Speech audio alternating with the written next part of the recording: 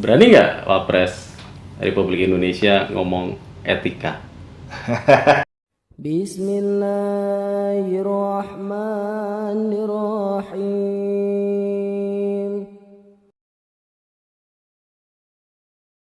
Halo teman-teman, kembali lagi di Mr. Omad Channel. Kali ini saya ditemani oleh rekan saya. Beliau merupakan doktor di bidang teknologi komputer ya Pak? Teknologi informatika. Teknologi informatika. Rekan saya ini namanya adalah Pak Hendry Dwi Putra. Pak Hendry apa kabar? Apa kabar?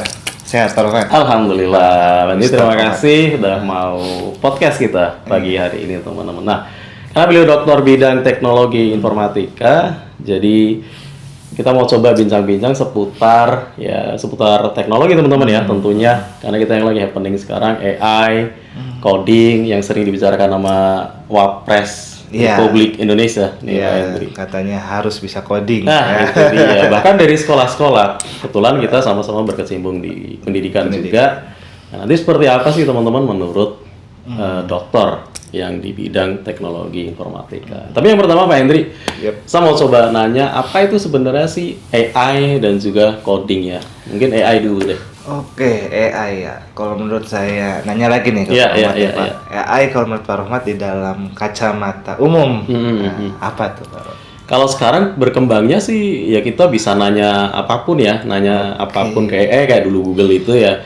Terus kita bisa minta tolong buatin ya mau PowerPoint, media belajar, apapun, bahkan mungkin robot ya. Betul. Gitu, jadi sekarang AI segala ya. sesuatu pemecahan masalah namanya AI ya. Artificial Intelligence ya. Artificial Intelligence. Tapi kalau menurut saya tuh kalau misalkan saya berkecimpung di dunia AI, kan dalam arti itu AI itu adalah Artificial Intelligence, kecerdasan buatan. 20 tahun yang lalu itu beda definisinya. Oke. Maka beda. berkembang ya. Oke. Berkembang. Langsung sejarahnya gimana tuh, Pak Hendry? Yang saya tahu aja singkat ya Pak, khusus jauh dari awal lama banget. Jadi kalau misalkan saya dulu berkecimpung di AI itu di tahun 2010 awalnya. Masih masa-masa kuliah. 2010 kita Google aja belum familiar ya teman-teman ya. Familiar. Nah, di mana di situ saya udah mulai masuk ke dunia AI. Tapi AI waktu itu adalah memang lebih ke bagaimana memecahkan suatu masalah di bidang industri dulu. Jadi belum ke aplikasi kayak sekarang. Dimana dulu kalau kita harus bikin AI itu kita harus bikin beberapa tahap. Pertama kita harus bikin yang namanya data sampel. Gitu. Studi kasusnya apa dulu nih? Tuh, misalkan saya ingin menggantikan, kalau waktu itu saya masih up-upnya yang namanya sistem pakar. Jadi dulu masih ada yang teknologi tercanggih itu sistem pakar itu adalah ketika ada sebuah di bidang kesehatan gitu ya. Ada tindakan operasi titiknya di mana, tapi dokternya di mana, tapi itu bisa menggunakan sistem pakar, dibantu. Pakar namanya. Expert system, jadi ada AI atau AI dan expert system itu adalah dua hal yang memang saat itu sedang up-nya gitu ya. Mungkin belum familiar di di umum, tapi di kalangan akademisi terus praktisi yang memang di bidang itu sudah diterapkan ya. Kenapa? Karena kita juga di situ berlomba industri yang ingin menciptakan otomatis sistem. Tapi baru di kesehatan aja apa udah banyak di sektor-sektor lain seperti pertanian mungkin? Ya, banyak sekali Pak. Jadi waktu itu drone belum ada ya. Maksudnya mungkin ada tapi belum masuk Indonesia. Indonesia belum masuk. Gitu. Jadi pertanian, kesehatan, pendidikan, dan kebanyakan itu AI pertama justru di bidang seperti peramalan sebuah perusahaan, misalkan bagaimana dia mendapatkan aset, penjualan itu semuanya dulu analisis sistem sebenarnya, sistem apakah membantu si perusahaan ini apakah dia di tahun depan atau lebih ke peramalan ya, sistem. Nah, di situ kita harus ada data sampel yang benar-benar banyak atau disebut big data. Big data ya, dan itu dibantu oleh kecerdasan buatan itu ya. Betul, untuk mengolahnya. Kecerdasan buatan itu juga ada yang namanya algoritma. Jadi kalau misalkan kita lihat algoritma sekarang itu udah canggih-canggih, udah banyak berkembang sekali. Jadi nggak itu banyak bertahap sekali. Dan sama kayak di YouTube nih juga ada algoritma nih. Ini kalau teman-teman nonton, like, komen, subscribe, maka algoritma video ini mungkin akan direkomendasikan di yang lainnya. Maka jangan lupa teman-teman ya. Langsung like Mr. Omad ya. Terus menarik ini. Nah, Dan yang menariknya adalah kalau misalkan teman-teman tahu apa itu AI itu adalah berkaca kepada tubuh kita sendiri sebetulnya untuk algoritmanya gitu ya. Di sini sebenarnya AI itu kebanyakan, apalagi yang generatif AI itu ya seperti ChatGPT dan lain-lain gitu ya, itu sebetulnya wujudnya atau kiblatnya itu ke sistem otak kita, sistem saraf buatan gitu ya. Jadi kalau di manusia ada sistem saraf, kalau di AI ada sistem saraf buatan. Itu ada juga yang namanya teori genetika. Jadi genetika manusia itu diterapkan kepada sebuah mesin atau sebuah pemikiran robot. Yang dapat diimplementasikan ke sebuah mesin yang tidak ada apa-apanya. Gitu. Nah, jadi waktu itu kita AI itu harus menyiapkan algoritmanya, harus menyiapkan data, harus ada data training, ada data testing. Lalu kita build up, terus di situ kita lihat berapa persentase kebenarannya dengan hitungan atau dengan trial tanpa AI gitu ya.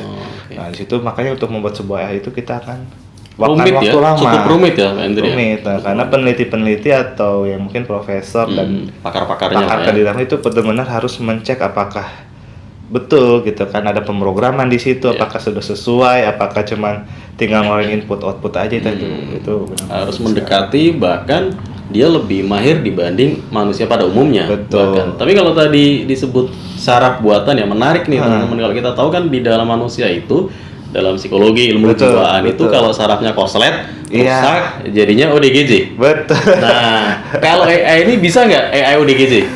AI enggak Pak. Enggak ya? Enggak, karena sistem itu yang kalau bukan ODGJ ngawur ya. Ngawur. Bisa enggak ya? Kalau awal-awal kemunculan tuh dulu tuh saya ingat banget waktu kemunculan OpenAI itu, saya lupa salah satu produk itu. Ya dia nggak tahu sama sekali. Misalkan ada yang saya menanyakan sebuah IT itu ada yang namanya rolling state gitu ya. Dia disebutnya state itu negara bagian. Karena terjemahannya itu. Nah itu negara bagian rolling kali ya tadi ya. Makanya itu. Atau kalau sekarang mungkin teman-teman mau nanya siapa pria Solo, bingung kali. Karena banyak pria Solo. Makanya kadang kita juga ya membuat sebuah pertanyaan-pertanyaan umum atau dulu sering disebut awalnya AI itu adalah adanya chatbot. Jadi kita ngechat jawab sendiri, tapi jawabnya itu nggak yang banyak, jadi yang sudah ditentukan pertanyaannya sepintas. Simple ya. Baru ranah definisi mungkin. Apa kegunaannya? Pengembangan. Ada chatbot berkembang atas kebutuhan manusia sekarang kan ya, kebutuhan ingin cepat gitu ya sesuatu ya, maka dibangunlah banyak perusahaan-perusahaan itu AI generatif, dan nggak tahu istilah AI ini memang unik gitu ya dan menarik. Jadi ketika orang dengar AI itu kayaknya yang kesannya itu keren banget. Kalau udah pakai AI banget kayak kekinian. Saya bikin website cuma 5 menit jadi keren. Pakai apa AI? Dan faktanya AI ada yang free, ada yang memang kita harus premium lah ya, registrasi dan itu pasti berbeda ya Pak Hendri ya. Ada fitur-fitur yang tidak diberikan di free ya, namanya tanda kutip bisnis ya. Yang merancang juga pasti akan memikirkan. Nah, tadi di awal disebut ada AI dan juga coding ya. Kalau coding sendiri Pak Hendri, seperti apa coding itu? Coding itu atau bahasa pemrograman ya. Sekarang kalau coding itu kan banyak ya. Ada masalah ada kalau di bahasa itu ada juga namanya coding gitu. Jadi dia merangkum itu ya kalau saya tidak salah. Tapi kalau coding di area informatika itu adalah sebuah bahasa pemrograman, bagaimana kita menyalurkan ide kita atau sebuah alur aplikasi dari pemikiran kita ke sebuah mesin. Jadi kan mesin itu sebenarnya hanya mengerti angka biner 010101. Nah, kita sebagai pusat logika. Nah, bagaimana menjembatani itu? Nah, maka dibuatlah namanya bahasa pemrograman. Biar dia paham ya maunya kita. Biar komputer atau sistem itu atau mesinnya itu paham. Nah, itu juga bahasa pemrograman naik lagi, ada low level language, ada middle, ada high gitu ya. Maksudnya kalau low level language adalah 80% 90% itu lebih ke bahasa mesin. Ya gitu ya. Jadi kita ngoding pakai bahasa mesin. Tapi kalau sekarang udah high itu banyak sekali dengan menggunakan bahasa yang umum gitu, seperti ada bahasa pemrograman Python, Golang ya, Go language dari Google dan banyak sekali itu.